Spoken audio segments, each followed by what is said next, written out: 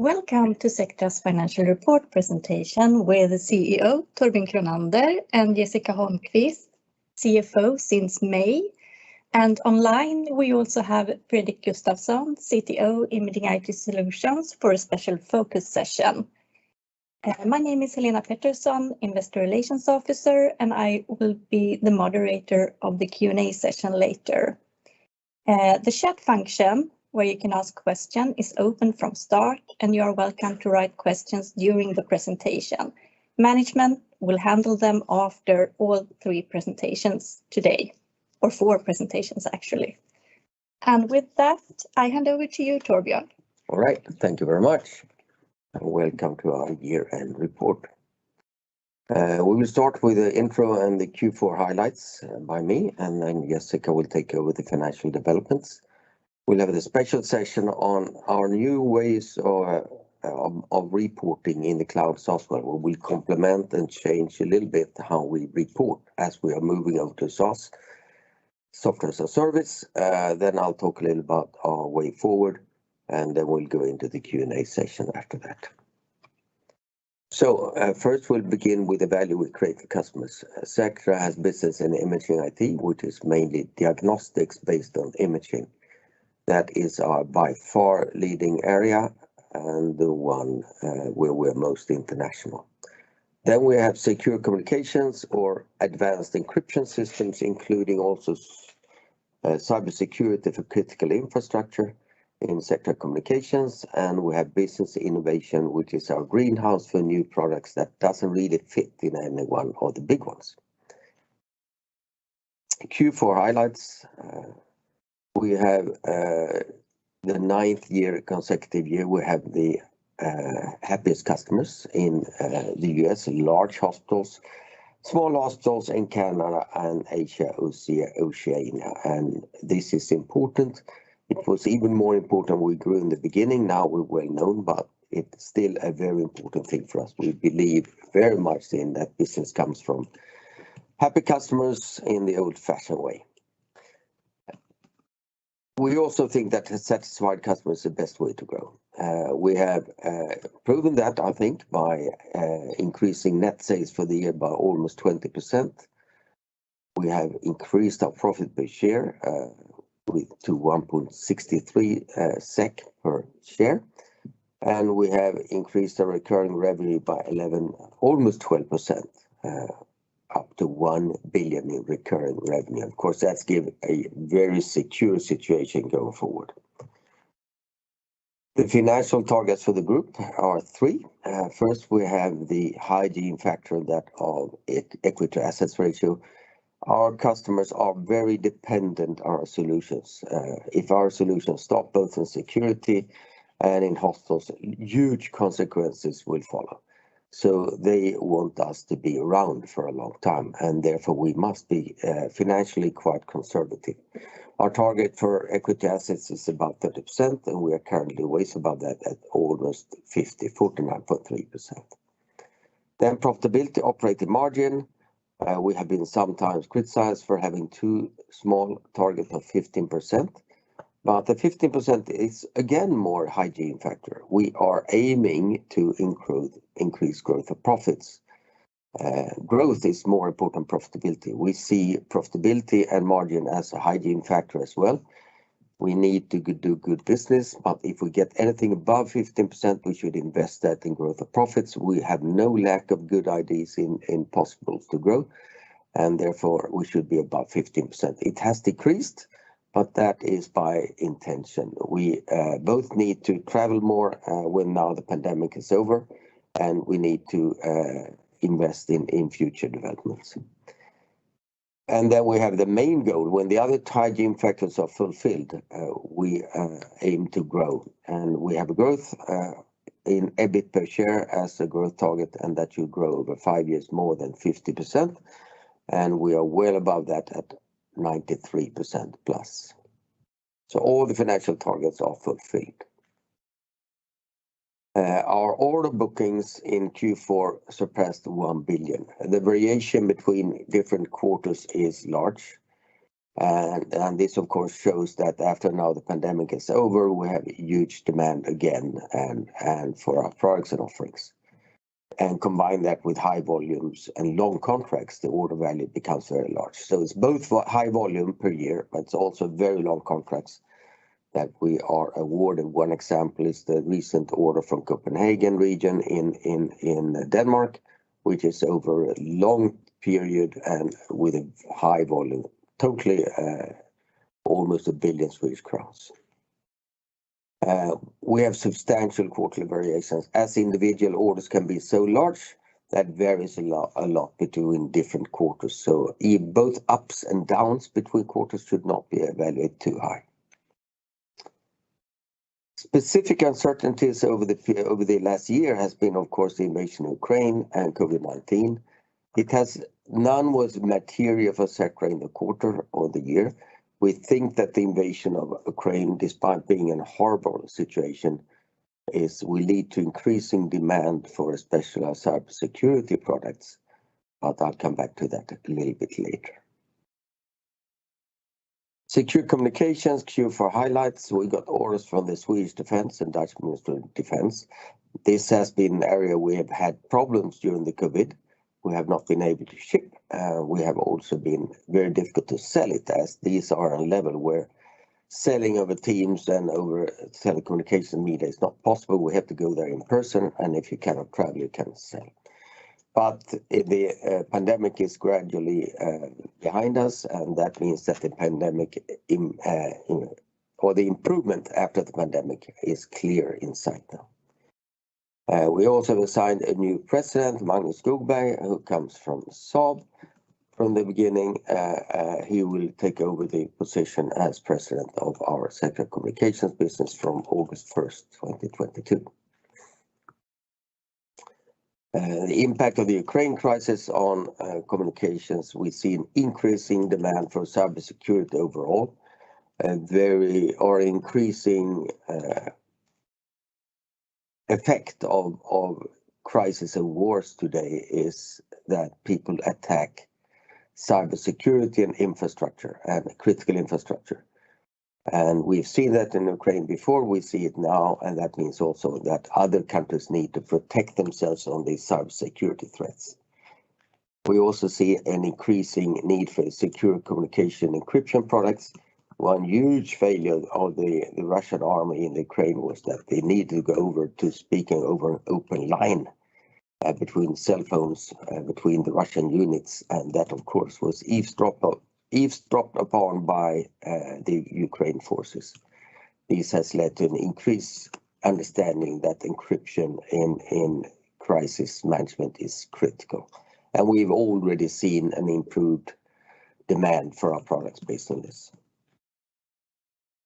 Business innovation, Q4 highlight, that's our greenhouse. Focused on both of these two areas, both orthopedics and education, is an increasing usage and recurring revenue. We're on a good trend there. We see a strong increase in recurring revenue in these two business units. But we also must understand that both were severely affected by the pandemic, and the results vary significantly between quarters, as these are very small business units. But we see promising signs in both of them post-pandemic. The growth initiatives is in orthopedics, implant movement analysis. The primary operation when you actually put in an implant into people is quite industrialized, quite effective today. We have good planning software for that. But a revision, when you need to remove a prosthesis and insert a new one, that's both very dangerous and very complex operation. You want to minimize those, and we have new tools for minimizing the need for doing these unnecessarily. And that is having a huge interest all over the world, but it's an early phase, so we need more clinical trials for it. Very much related to that is computer tomography, micromotion analysis, more or less the same technology. We analyze if a prosthesis is stuck to the body or if it's loose. In the implant movement analysis is one individual patient that comes in. You want to see if the patient is stuck or needs to be revised. In the other example here, the CTNA, it is analysis between different times, and your patient over 6 or 3 months, you see if a prosthesis is moving or not. And that is needed for clinical research and approval of the large prosthesis companies' products. And we have a very interesting tool for them in doing that without actually extra insertion of markers and stuff in the body as before. In medical education, we have a large transition from the tables we sold in the old days. We sold these huge, like iPhones, but huge, like table-sized. We are moving that into recurring revenue by selling a subscription to content. We have a very large database of different examples of disease and pathologies. And these you can get the table, but you can also do from a normal laptop or from a pad even. You can subscribe to this database and teach based on that. And we see a rapidly increasing demand for this in our user base in education. And we also have a research unit in business innovation that focus on AI for medical applications and other future areas within diagnostics. Imaging IT Solutions were our largest unit by far. In Q4, we got the French framework agreement for digital pathology. This is important. We have not been large in France.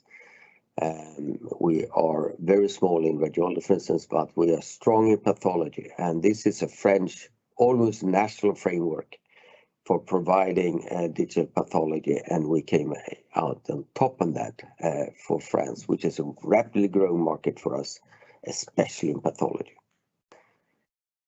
We see that now that the new model Sectra 1, software as a service, is most of the new contracts we are signing up on that is on the new subscription model. Of course, it has no major impact yet, but it will increase rapidly, as Fredrik will tell you a little later. And we are in the middle of transitioning to SaaS and cloud deliveries, as I said before.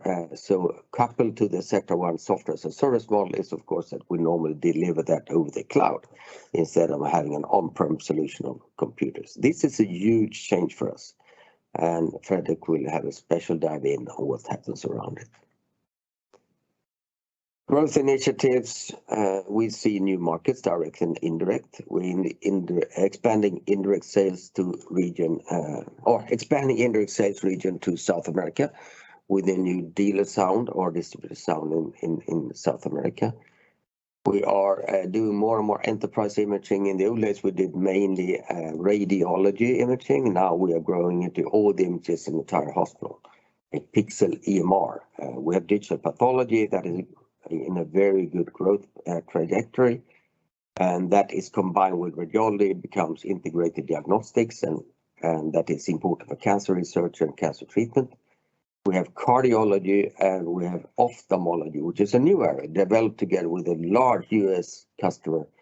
And ophthalmology is images of the eye, which is also now three-dimensional and a complex ology. And we are focused on the US.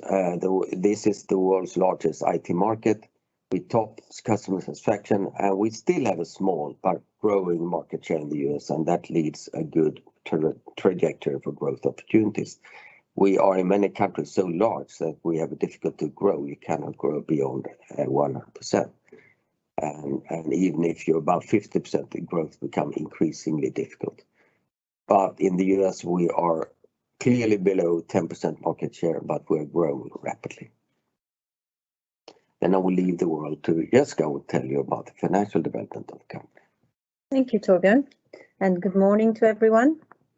Let's start off by looking at our long-term financial trend. We've been on a growth journey since early 90s, and we've only seen sales declining 3 times during this period. The last time being during the pandemic, and as you can see, we are now back again on the right path with substantial growth in net sales for this past year.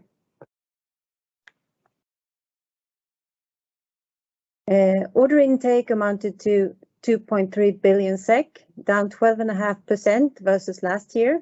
but still according to our expectations. We saw a strong ending to the financial year, with order intake exceeding 1 billion in the fourth quarter, coming from a mix of current and new customers. As mentioned before, order intake is a volatile number from quarter to quarter, which has clearly been the case also for this past year. Sales continued to grow in the fourth quarter, and we had a total growth of 19.4%. We had a tailwind effect of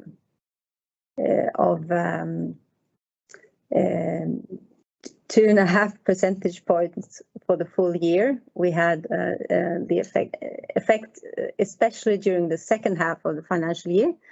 Looking at the fourth quarter isolated, we had total growth above 23%, with a tailwind effect of 5.7 percentage points. Also worth mentioning, of course, recurring revenue is growing, and we increased recurring revenue by nearly 12% in the past year, now totaling 55% of total revenues.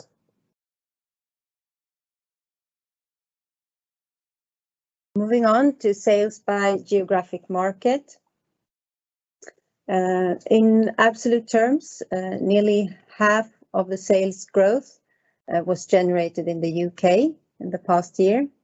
We also had good growth in the US as well as in rest of Europe, where Norway accounts for the highest growth in absolute terms. Other markets contributing to growth was in the past year in Europe was Germany, France, and Belgium. Declining sales in Sweden is due to the impact from secure communications. Imaging IT is still growing in the Swedish market.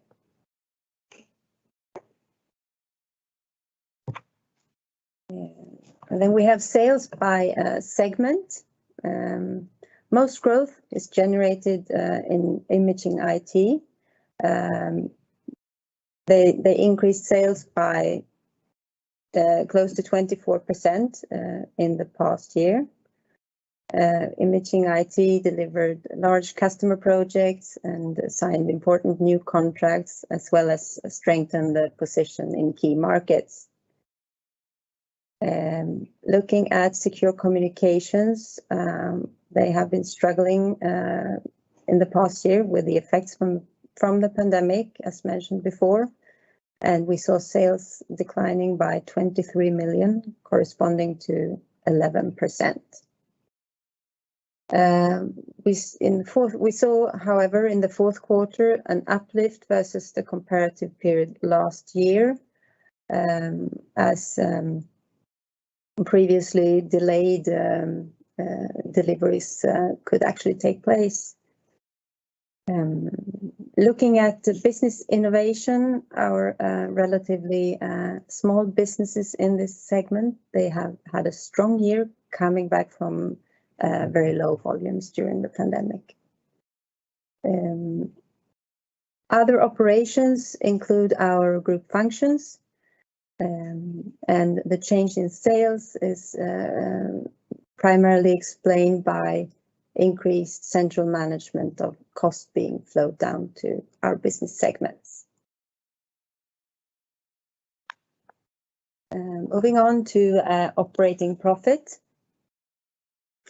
Operating profit of 383 million for the full year, corresponding to an increase of 9.5%, 4.8% adjusted for currency impact. The operating profit margin declined slightly from 21.4% to 19.7%. As a result of product mix, and also, of course, higher expenses as we return to more normal expense level with higher cost for travel and sales and so on. On a segment level, we can see that again most of the operating profit is generated in the imaging IT area, and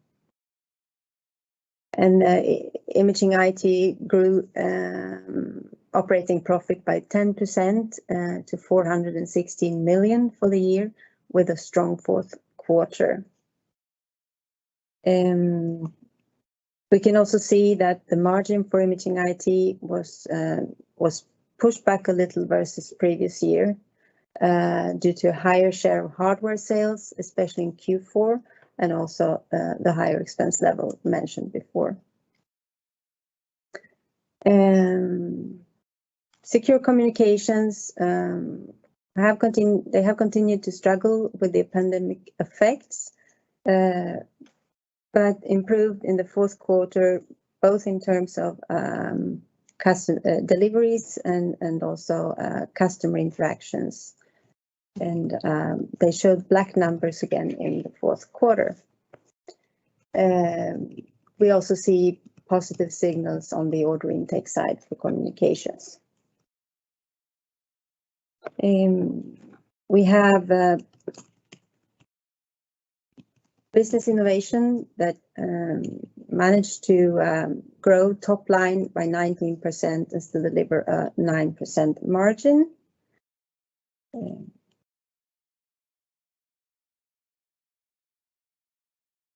And then last slide for me is on cash flow.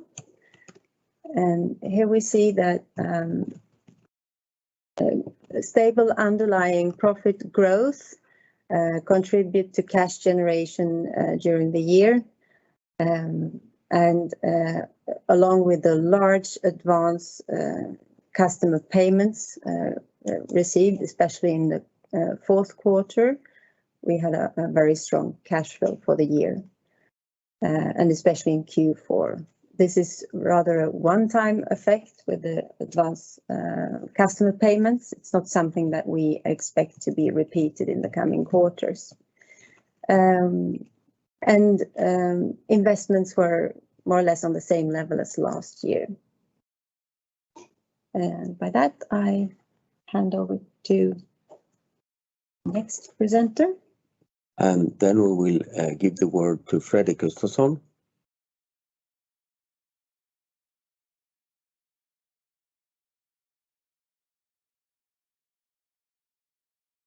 All right. Thank you, Torbjörn. Thank you, Jessica, and good morning, everybody. As Torbjörn mentioned in the beginning, we'll share a bit of details on what external reporting in this world that we're in, where we're seeing a huge increase in the amount of software as a service and cloud opportunities. But before we do that, I'd like to share a bit of an update about Sectra One. As you know, we started working with Sectra One some two and a half years ago. We set out on the mission to simplify for our customers, existing and new customers, to benefit even more from our solutions. And especially as we're growing with new modules and support for new diagnostic specialties, as Torbjörn mentioned, ophthalmology being the latest one, but also through digital pathology as another example, we want to make sure it's easy for customers to adopt this innovation and to be able to benefit and deliver great patient care.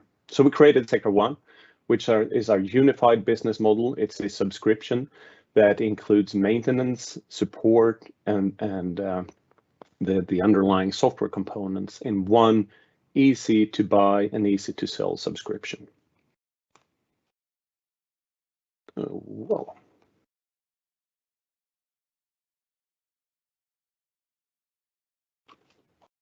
Let's see here.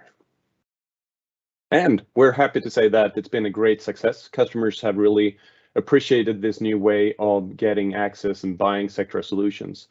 So a majority of our new opportunities and new deals that we're making are based on Sectra One and Sectra One Cloud. And we are very excited about this.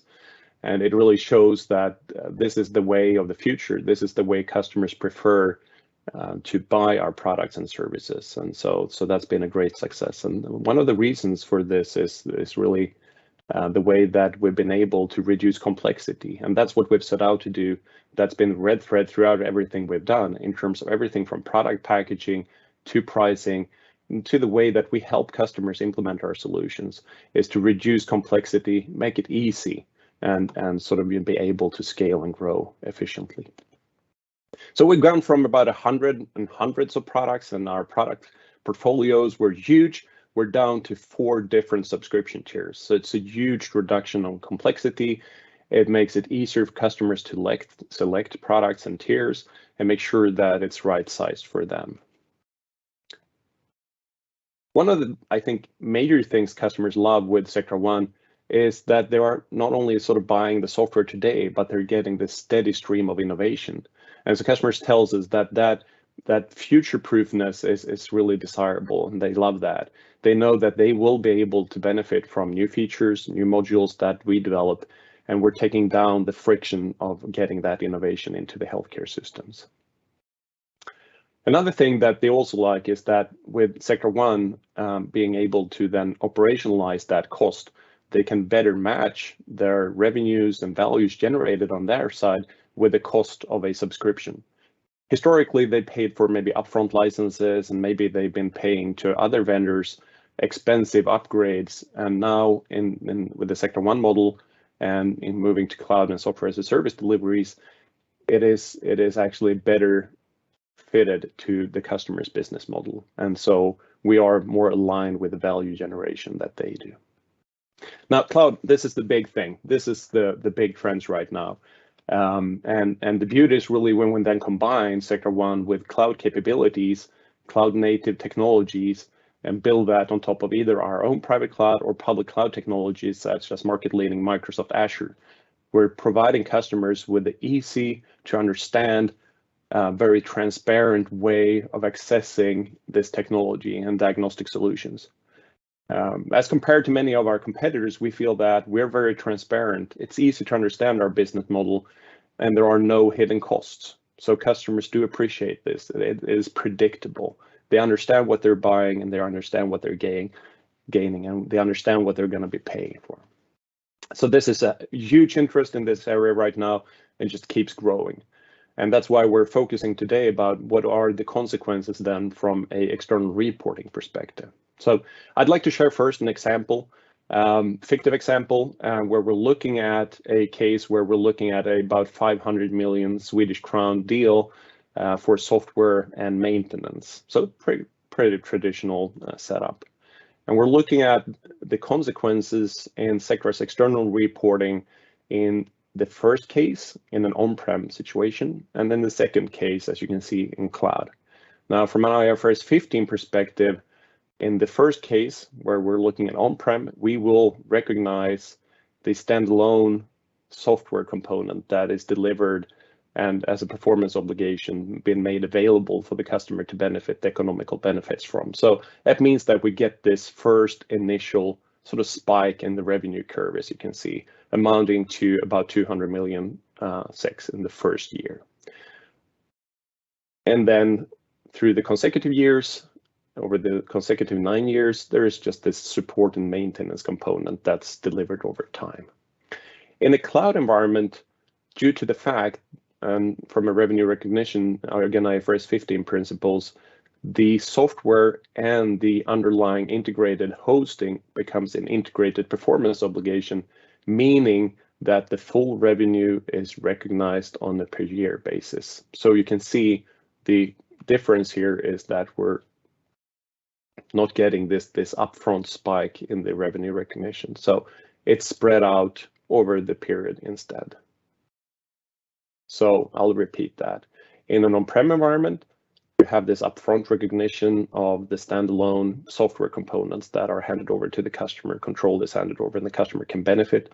In a cloud environment, we are, by necessity, we have to deliver that as a service continuously over time, and thus we cannot say that that performance obligation is fulfilled, and thus revenue is recognized over time. Meaning that we're getting more revenue per year in cloud, but we have the reduction of that upfront effect. So cloud is growing and it's increasing quickly. And it's not just with Sectra.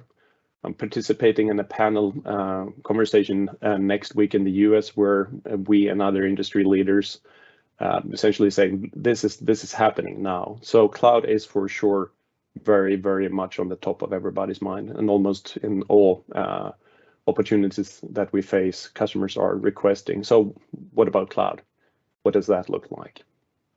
This means that revenues will be recognized over time increasingly as this transformation to cloud happens. Another thing which sort of impacts the way that we're going to present things to you in the market is that also contracts differ. So customers historically buying a traditional one-off license contracted in a certain way with us. Now customers buying software as a service, they are expecting other contract terms. We're delivering a service over time, so the contract reflects the nature of that business relationship. And hence, so contracts look different, and this has an impact on order intake, and we'll sort of go through that in just a bit. So with these changes, the move to cloud, the spreading and increasing of recurring revenue over time, and the fact that contracts are changing, we've decided to do the following things starting from Q1 this year. And so we will increase details on order intake during a transition period. We will then stop reporting order intake after 2 years from now. And so the reasoning is that since we're moving to software as a service and cloud, the meaningfulness of having order intake is diminishing. And so throughout this transition, we're providing you with even more details, but that's just to make sure that you have a good transparency whilst we're moving the sort of, the business towards SaaS and cloud. We will be focusing on recurring revenue. We've heard already from Torbjörn and Jessica, nice, I think really great improvements in recurring revenue that we're seeing, and this foundation for our business. And as a new specific alternative performance measurement, we will start also showing you what's called cloud recurring revenue that represents how much of recurring revenue is based on our cloud business. I'll come back to the definitions and what that looks like. So first, we said that we're going to provide you with details on order intake. So this is the way we're going to report order intake and give you the insights into the way that our business is growing. So first and foremost, we are using a contracted order intake, and that is the value of products and services that the customer has procured and intends to purchase for the full contract period. And as you might have seen, and Torbjörn mentioned Copenhagen as an example here, close to 1 billion Swedish crowns.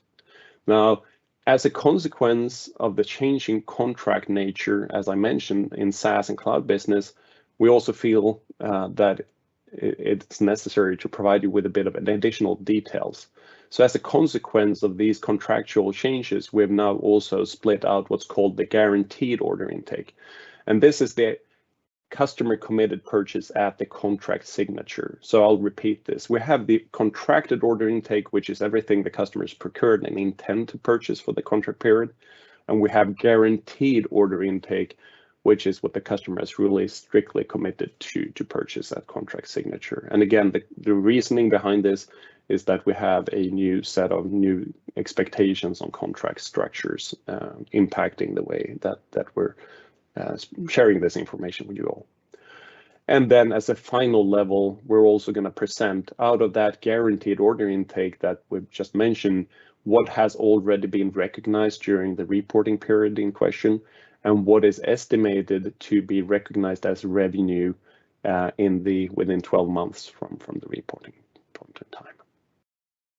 So that's an update on the way that we look at order intake and some of the effects that we're seeing as we're transitioning to cloud and SaaS business models. Now, what about revenue recognition then? So revenue, classical total revenue, nothing to really point out there. As we did mention, and we're focusing even more on recurring revenue. And as this is we're keeping growing that continuously by having more customers join and sort of subscribe to our business as cloud and SaaS business. And so recurring revenue is the total recurring revenue, and we'll go into the definitions in a bit more detail in the next slide. This is just to show the sort of overarching structure. And then we have cloud recurring revenue, so that's a subset. So total revenue, recurring revenue, and out of recurring revenue, a certain subset is cloud recurring revenue.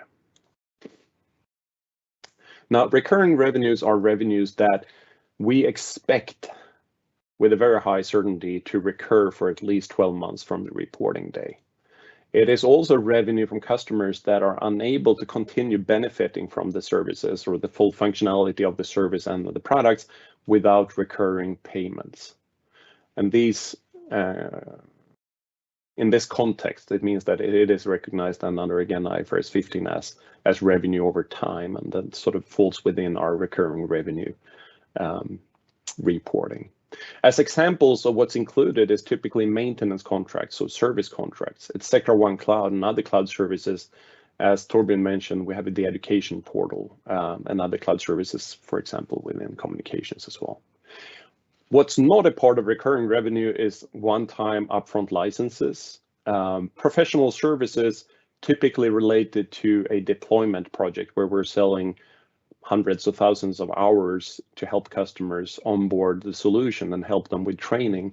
There are some cases when hours are a part of recurring revenue. We'll mention that a bit again later, but typically professional services and the bulk of our sort of sales of hours are not recurring. And hardware is typically neither recurring. That's a one-off sale. All right, so cloud recurring revenue then, there's really not something strange about that. As I mentioned, it is recurring revenue that's related to cloud business, but I'd still like to share a bit details about that to make sure we're clear on what we're bringing into that APM. And so it is recurring revenue earned from Sectra Cloud Services, and that can be private or public cloud. That's the infrastructure basis for those services. So Sectra One Cloud, Sectra Amplifier, Sectra Education Portal all falls within that categorization. And the revenue that we're taking in here includes software, as I mentioned earlier, infrastructure, operations, and hours needed to provide that service to the customers. If you look at what's not included, so we're excluding professional services hours, again, related to deployment projects, any on-premise installations, or single environment customer hosting contracts. So we're only bringing in customer contracts that are true cloud. If there is a managed service contract that's related to just one customer, it's not considered a cloud environment. And the reasoning is that in a cloud environment, we have economies of scale. We are able to deliver another level of service, and hence that's where we're seeing growth, and that's what we want to show as part of this APM. Yes.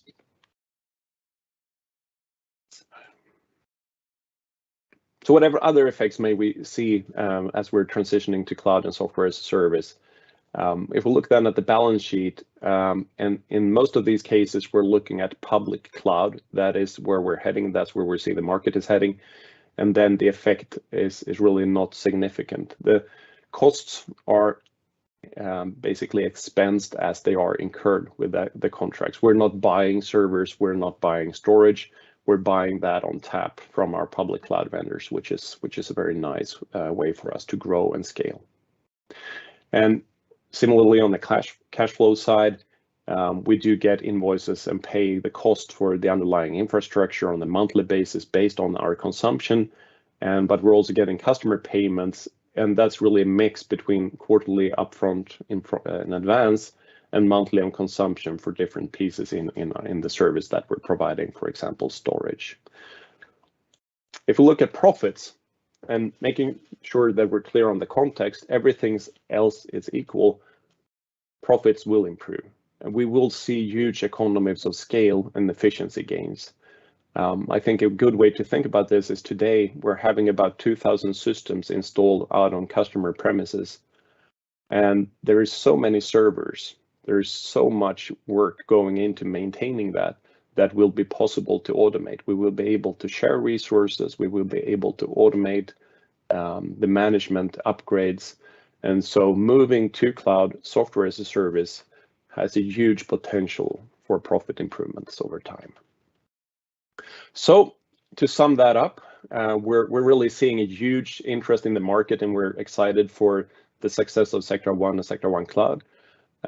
We have decided to make sure that we're changing a bit on our external reporting to make sure that you get the right information during this transition. We're giving you more details on order intake. Again, repeat, order intake will go away as a part of the reports from 2 years from now. We're focusing on recurring revenue, and cloud recurring revenue is a good way to track the growth and success of Sectra's business in the cloud space moving forward. So thank you so much, and I'll hand over to Torbjörn.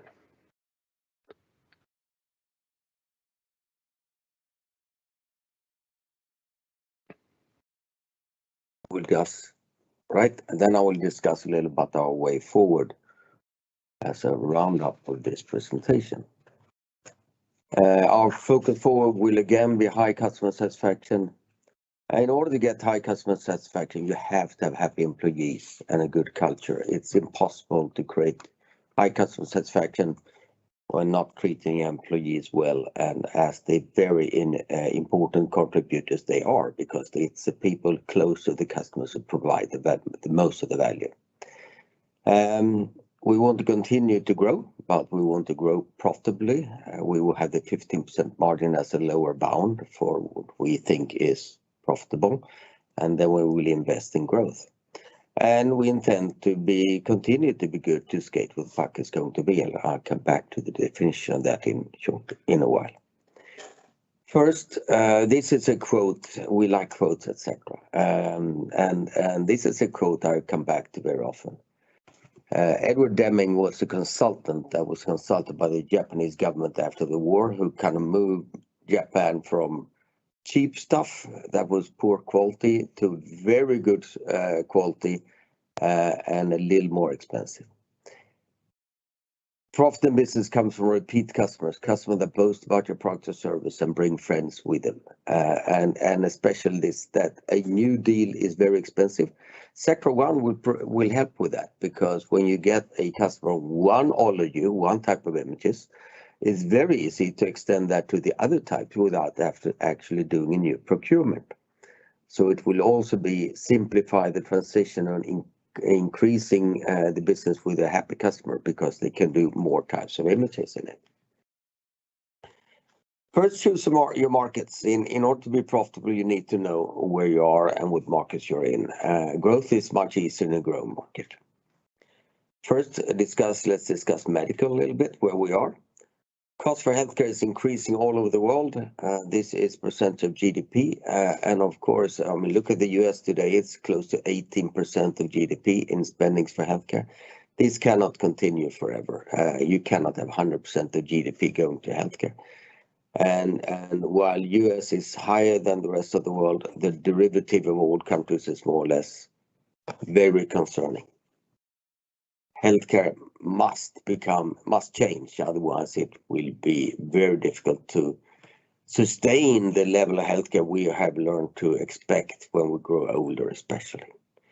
But breaking this down, what drives the cost explosion of healthcare? You take down the cost per capita per age bracket. You can see that the big explosion is after the age of 60, more so in the US, but it's very large in all countries. If we're going to handle and take care of the cost explosion in healthcare, we need to address the disease of the elderly. And the disease of the elderly is neurodegenerative disease, Alzheimer's, Parkinson, MS, etc., other dementias, very expensive, means a long time in hospice or elderly care. We have cardiovascular disease, chronic heart failure is very expensive, very long lasting disease. Cancer disease, oncological diseases are increasing.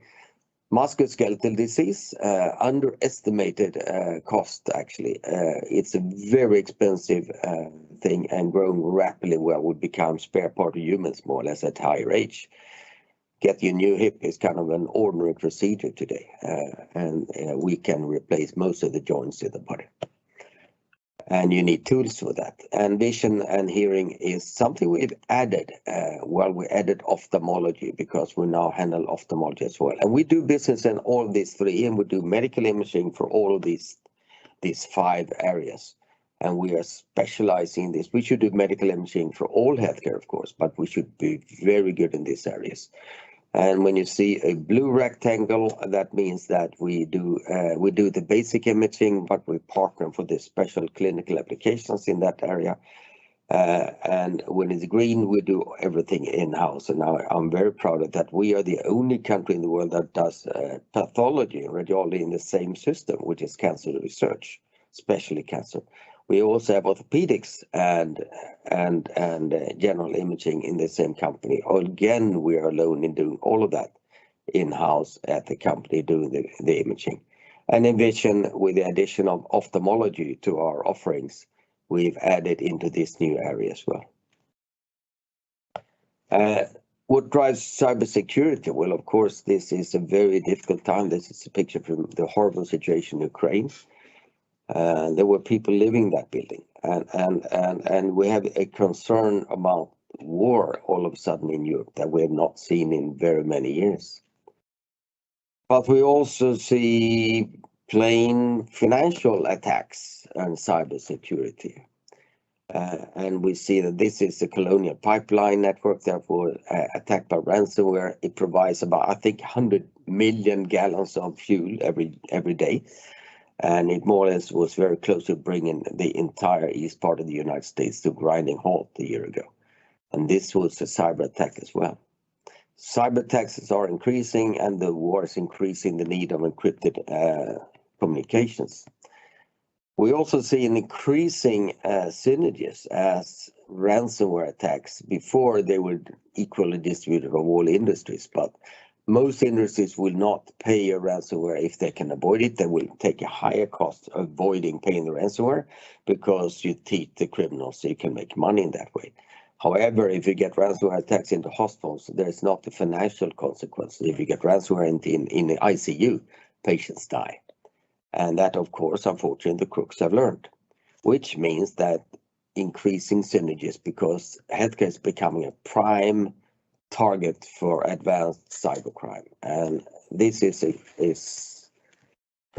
concerning graph of the ransomware attacks per organization by industry in May last year, May 2021. You see that the attacks on healthcare is way more than any other industry today. And then we have increasing synergies. We have a lot of course, reputational synergy between our organizations, but we also have usage of knowledge from the cybersecurity area in the medical industry. And we should also remember, we have built a very fragile society together without a plan. It's very similar to building a skyscraper one floor at a time. You start with one floor, oh, well, that worked fine. So let's build another one. And all of a sudden, you're floor 26 and you build 27 because the 26th first floor worked. And there's no plan, there is no structural dimensioning on this. We just keep on building. And this is actually what we're doing with IT society. This is dangerous. It needs to be addressed because one day that colossal skyscraper will come down, unless you're trying to patch it or at least begin to plan it. Both against criminals, but also against national actors and terrorists, we need cybersecurity, and the market is increasing rapidly to cope with the situation we have created. So Sectra is well positioned in 2 markets, where profitable growth is easier in growth markets, as I said before, but it's ideally a market that is forced to grow by external factors. This is not a matter of fashion or availability. Healthcare has to address its cost factors. It cannot continue, and it's got to be done by investing in things that make healthcare more effective, which is IT to a very large extent. And cybersecurity is in a trajectory where there will be increasing investment in that area because of that the problems will increase. So healthcare and cybersecurity are such markets where they are forced to grow by the external factors, and that's where we operate as Sectra. Where others see, and we see it like this, where others see a problem, we see opportunity. And our special niche in healthcare is also when healthcare must scale up and become streamlined production. We are not primarily focused to research in healthcare or very advanced or rare diseases. We are concerned about helping healthcare to become streamlined and industrialized. It might sound cynical to call healthcare industrialized, but you could just imagine what the quality of our cars would have been without an industrialized process. It means high quality to low cost, and that is what exactly what healthcare has to go through. And what we do IT systems and product that serves when the healthcare becomes industrialized in that positive sense I mentioned before. And I have this saying, we've used that for a long time. When Wayne Gretzky, the best hockey player in the world, was interviewed why he could be so good in hockey, was not particularly good in any part of it. He said, I do not skate where the puck is, I skate where the puck is going to be. And we've been good at that. We saw the needed pathology ways before anyone else. We saw that was required to join that with radiology because you wanted a cancer or tumor board, for instance, to be joined between both radiology and pathology. They work as a team nowadays, and they need a team software that kind of provide both with the goods they need when they discuss things. Just as one examples. Examples where we are going in the future is imaging systems. We see consolidation in healthcare. Hospitals are buying each other in the US, becoming much fewer, much larger operations. We see that in the public healthcare countries by merging, especially in the UK and the Nordic countries, but also increasingly in other countries. We see that the government who owns hospitals are merging them into larger units to become more effective, especially for IT. And they need special IT systems. It's quite different to provide a IT system or medical imaging system for one hospital or for 25 hospitals that work in a chain, and they need access to the same systems. And we also see enterprise medical imaging. Our previous business was mainly radiology. That is growing. The customers want more of handling of all the image data, all the unstructured data to be even more wide scoping. That is not structured. The structured data you resides typically in the EMR, with the non-structured data, which is measurement data, etc., needs to be handled in a different way. And we are going towards a pixel EMR, where EMR stands for electronic medical record. Which means we take care of all the pixels, all the images outside, also of radiology for an entire enterprise.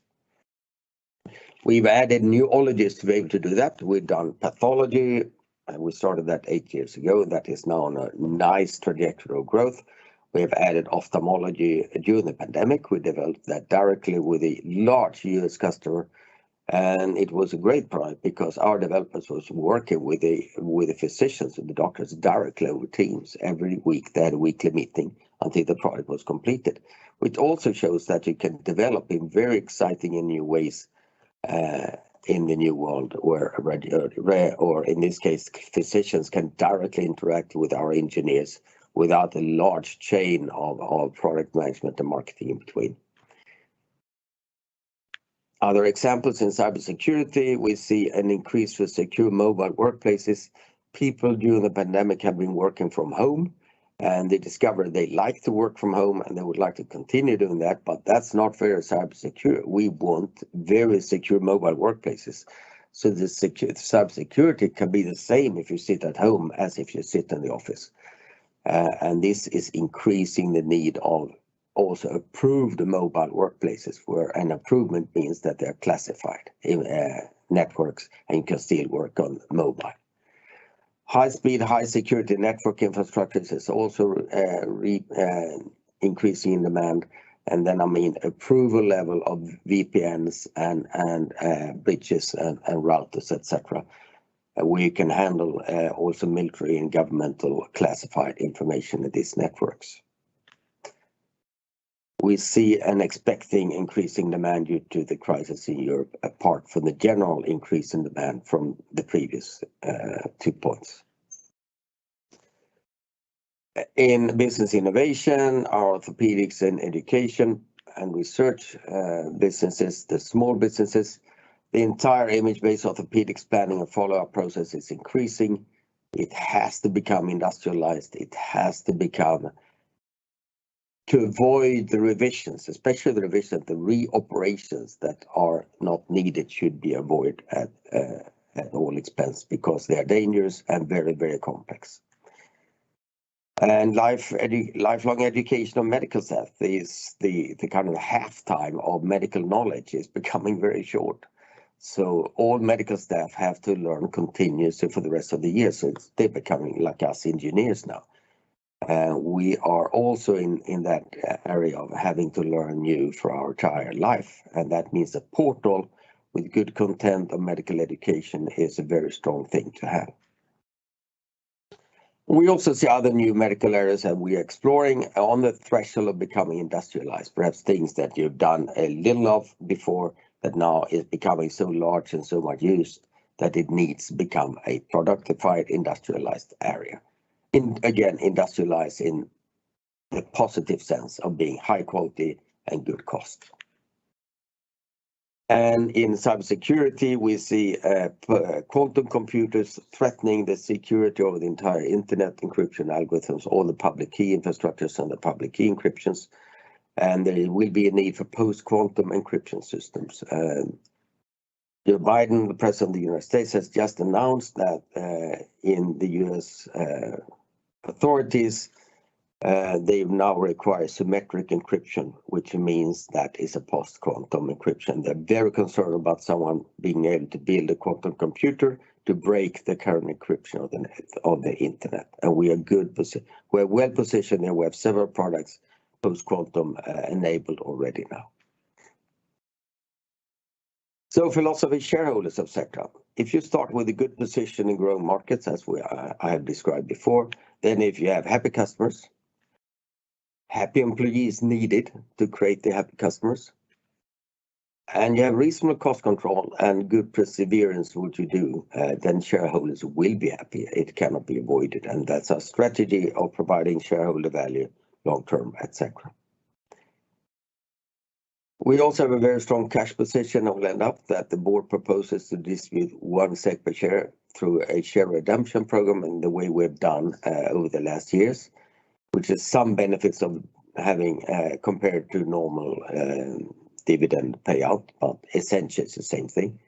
And this is an increase of 0.1 SEK per share compared to previously. And then I'll invite you to the future financial reports and the annual general meeting.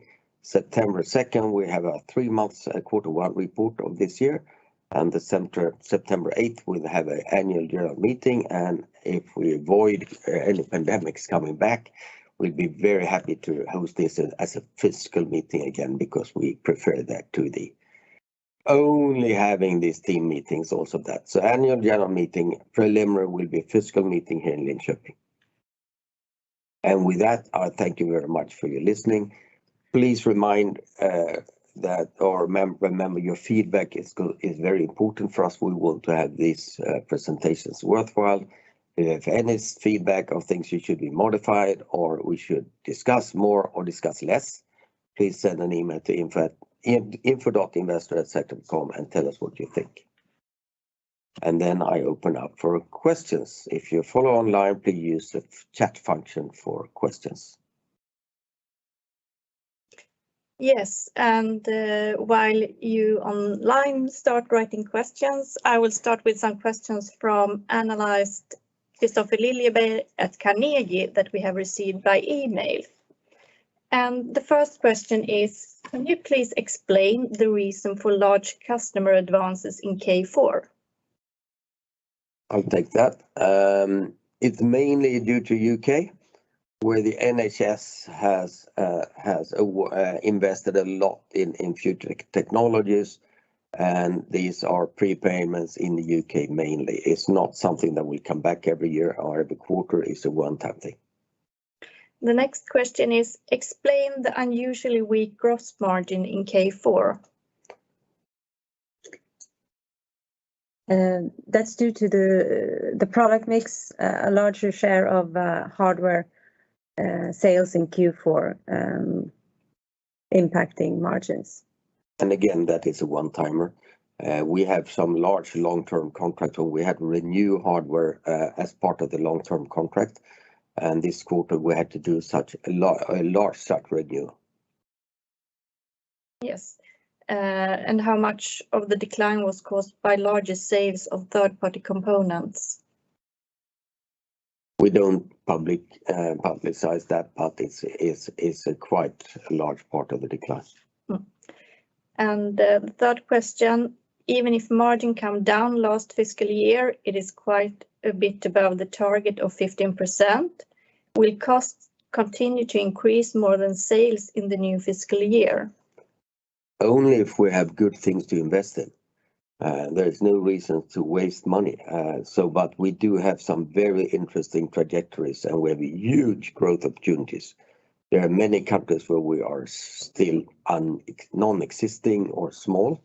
And with digital pathology, for instance, we've gone into new countries, both France and Korea as our examples. And going into a new country costs a lot of money. And we also have new areas that we might invest in. But we will only go down towards 15% if we have some really good investment to do with the money. Yes, and I will switch to online, and there we have a question. Given transition, is it possible revenue growth turning negative in the short term? Also, shall we expect lower profit margins in the short term given less revenue recognized upfront? We transition over a long period of time, and we do not expect negative revenue growth in the short term. And then there was a question on margins. I think Torbjörn already answered that partly. Margins may be pushed back a little depending on our opportunities going forward. It's important to understand that we, and Fredrik showed, we kind of flip that high building towers along recurring revenue. The initial payment of the software license will be done over 4 or 5 years. After that, we keep the higher level of payment per year. And then, of course, it's a benefit towards the one-time license model. So long term, the profit will increase.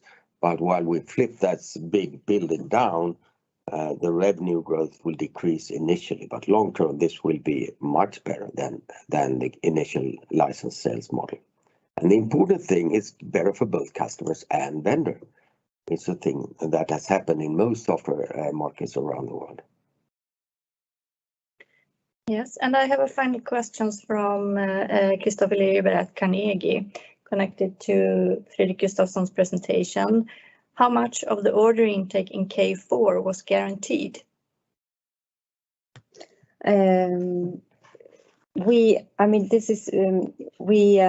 We do not start separating between contracted and guaranteed order intake until Q1. So for Q4, we report according to old definition, and I would say all of the order intake in Q4 was guaranteed. It's the first time we actually split it up was with Copenhagen, and that came after Q1. Yeah.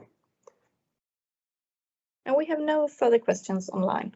All right, then I thank you all for listening, and we hope to see you again, or not see you, but present again for you September 2nd in the fall. Goodbye and thank you very much.